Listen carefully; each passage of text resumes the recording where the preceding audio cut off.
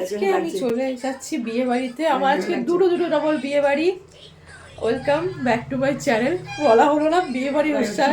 Welcome back to my channel, welcome to my ডিডি blog অনন্যাস chit chat. তো আজকে আমার ডবল বিয়ে বাড়ি। ডবল বিয়ে বাড়িতে যাবো, ভীষণ মজা করব। বোন সাজছে।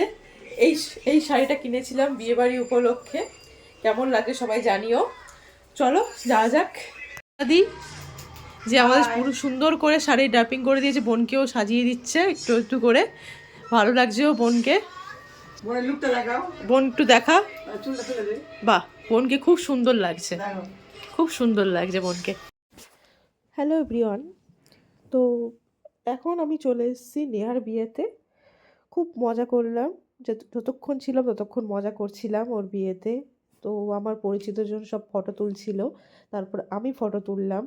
আমার স্কুল লাইফের কয়েকজন বন্ধুর সাথে দেখাও হয়ে গেছিলো বিয়েতে, তো তাদের সাথে কিছু ফটোও শেয়ার করলাম।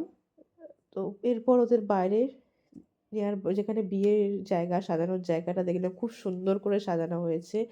ওর বর বাইরে আছে, বরের ভিডিও তোমাদের সাথে শেয়ার করছি।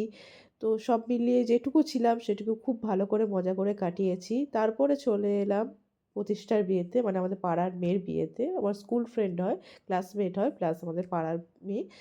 তো তাদের সাথেও তোমার সাথে কিছু ফটো শেয়ার করলাম। তো ওই দিনেও আমার স্কুল ফ্রেন্ডের সাথেও ওখানে গিয়েও দেখা হয়ে গিয়েছিল।